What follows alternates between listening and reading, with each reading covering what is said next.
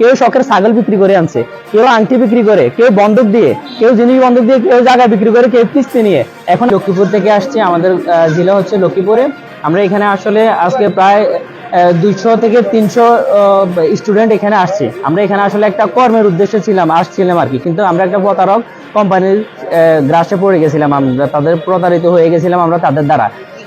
কোম্পানিটার নাম বর্তমানে হচ্ছে sunflower life insurance company limited তারা বলে, কিন্তু তারা তাদের এই কোম্পানির নাম 2 মাস পর পর তারা চেঞ্জ করে ফেলে। এর আগে ছিল mercantile life insurance company limited, এর আগে ছিল বেস্ট লাইফ কোম্পানি লিমিটেড। এভাবে ইন্স্যুরেন্স কোম্পানিগুলো তারা দিনে দিনে মানে প্রত্যেক 2 মাস 3 মাস অন্তর অন্তর পরিবর্তন করে। তা আমাদেরকে এভাবে প্রলোভন দেখানো হয়েছিল যে আপনারা এখানে আসলে আপনাদেরকে আমরা বেতন দিব 15,000 টাকা, থাকা খাওয়া তাদের নিজের। তো একজন আমরা যারা এখানে আসছি, কাজ ছিল আমাদের এখানে সিনিয়র স্যারদেরকে তথ্য দিয়ে সহযোগিতা করা, খুব এক্সপ্লেন করে না তারা, কিন্তু সম্পূর্ণ ব্রেন ওয়াশ করে আমাদেরকে এখানে আনা হয়েছিল।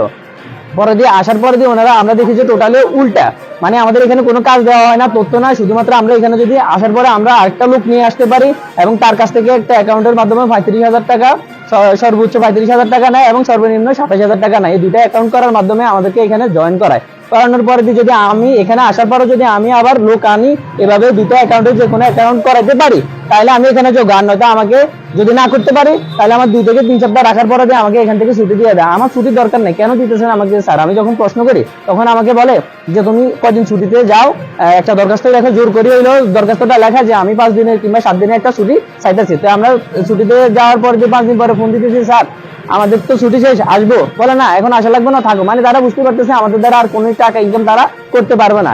এভাবে আমাদেরকে সবাইকে এখানে প্রায় 3 শতাধিক ছাত্র আছে, ওই পাশে আরো আছে, এবং সারা বাংলাদেশে প্রায় 1000-এর উপরে এরকম স্টুডেন্ট প্রতারিত শিকার। এই কোম্পানিটা এটা হচ্ছে বর্তমান আপনার ওই যে মাওনা চৌরাস্তা আছে না, ফ্লাইওভারের পাশে তাদের দুটো অফিস, একটা হচ্ছে যেখানে তারা লোক নিয়ে নিয়োগ দেয়, আরেকটা হচ্ছে ট্রেডিং সেন্টার প্রশিকা মোড় একটা, আরেকটা হচ্ছে মাওনা চৌরাস্তা, এই দুইটা জায়গা আর কি। আজকে আমরা তারপরে যারা এখান থেকে চলে গেছি, আমাদেরকে মানে চলে গেছি বলতে আমাদেরকে এখান থেকে যাদেরকে বের করে দেওয়া হয়েছিল আর কি, জোরপূর্বক ভাবে, দরখাস্ত লিখবো না, তারপরে দরখাস্ত লেখা জোর করে সাইন করে আমাদেরকে এখান থেকে বিতাড়িত করা হয়। তারপরে আমরা যারা এই ক্ষতিগ্রস্ত হয়েছিলাম, আমরা সবাই মিলে যোগাযোগ করে আজকে আসছি তাদেরকে ধরার জন্য।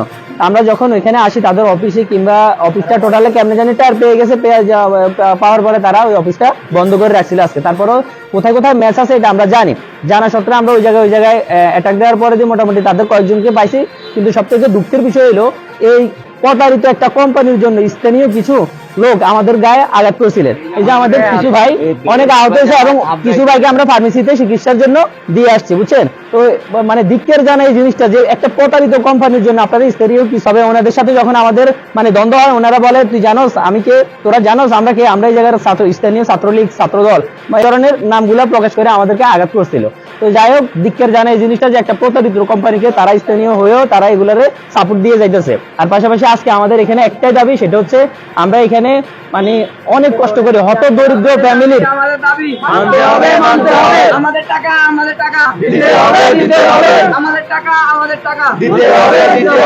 জি, তো আমাদের আজকে এখানে দাবি হচ্ছে এটা যে আমাদের এই হত দরিদ্র ফ্যামিলির এই স্টুডেন্ট গুলাকে এখানে একটা চাকরির প্রলোভন দেখায় 35,000 করে এরকম হাজার হাজার মানুষের কাছ থেকে টাকা আত্মসাৎ করে তারা মানে প্রায় 50 কোটির উপরে তারা আত্মসাৎ করে ফেলছেন। করার পরে যখন আমরা বলি, ওনারা আমাদেরকে বলছিলেন যে অ্যাকাউন্টটা আপনার নামে থাকবে, টাকাটা আপনার অ্যাকাউন্টে থাকবে এবং আপনি যখন টাকাটা চাকরিটা ছেড়ে দিবেন আপনার টাকা আপনাকে বুঝাই দেওয়া হবে। কিন্তু আমরা যখন চাকরি ছেড়ে দিই আমাদেরকে বলেন না, আপনি 15 বছর পরে দেখা করেন। আমাদেরকে ভুলভাল বুঝাইয়া এই টাকাগুলো আত্মসাৎ করে একটা ডকুমেন্ট আজকে আপনার, তারপরে আমরা ওইখানে মোটামুটি অ্যাটাক দিয়ে নিজেরা আহত হওয়ার পরও আমরা 6 জনকে মানে আটক করতে পেরেছি। আটক করে আমরা এখানে মডেল শ্রীপুর মডেল থানা গাজীপুরে আনি হস্তান্তর করি। তারপরে এখানে এখন আমরা অবস্থান করছিলাম আর কি, ওইদিকে যাচ্ছি না ভয়ে, কারণ আমাদের উপরে আবার হয়তো এটা আমরা আমাদের চাইতে আমাদের দাবি একটাই যে আমরা যে টাকাটা দিছি হত দরিদ্র ফ্যামিলি থেকে, মানে অনেক কষ্ট করি, একটা দরিদ্র ফ্যামিলির মধ্যে 35,000 টাকা একসাথে জমা থাকে না ভাই। ওনারা বলে এই মানে আর্জেন্টলি লাগবে টাকাটা, ওনাদের লাগবে কিভাবে, আসলে ইন্টারভিউ হবে, টিকলে সাথে সাথে টাকা দিতে হবে, এমন কোনো কোম্পানি আমি দেখি না। তারপরে হয়তো আমরা গরিব, আমরা জানি যে এই চাকরিটা পাইলে আমরা হয়তো মাসে অন্তত গরিব ফ্যামিলিটাকে আমরা 10,000 টাকা করে হইলেও আমরা অন্তত সাপোর্ট দিতে পারবো, এই আশা আসছি। কিন্তু আমরা আমাদের আশাটা টোটালি নৈরাশায়, খালি হাতে ফিরে যেতে হয়েছে। ইভেন আমরা যাদেরকে আনছি এই কথা বলে, ঠিক তাদেরকেও যখন এখান থেকে বিতরিত করে দেয়, তাদের কাছ থেকে আমরা হয়রানির শিকার। কারণ সবাই অনেক কষ্ট করে টাকা আনছে, কেউ শখের ছাগল বিক্রি করে আনছে, কেউ আংটি বিক্রি করে, কেউ বন্ধক দিয়ে, কেউ জিনিস বন্ধক দিয়ে, কেউ জায়গা বিক্রি করে, কেউ কিস্তি নিয়ে। এখন আমরা সবাই দাবি আমাদের টাকাটা আমরা চাই। আর দেশবাসীর কাছে একটাই আবদার যে আপনারা এই ধরনের প্রতারিত কোম্পানিগুলোকে ভালোভাবে চোখ কান খোলা রেখে দেখবেন, যাতে এটা আপনারা জানেন হয়তো আমাদের ফেনী জেলার ফেনীতে আমরা অনেক কষ্ট করে আসছি, আমরা টাকার জন্য আসছি।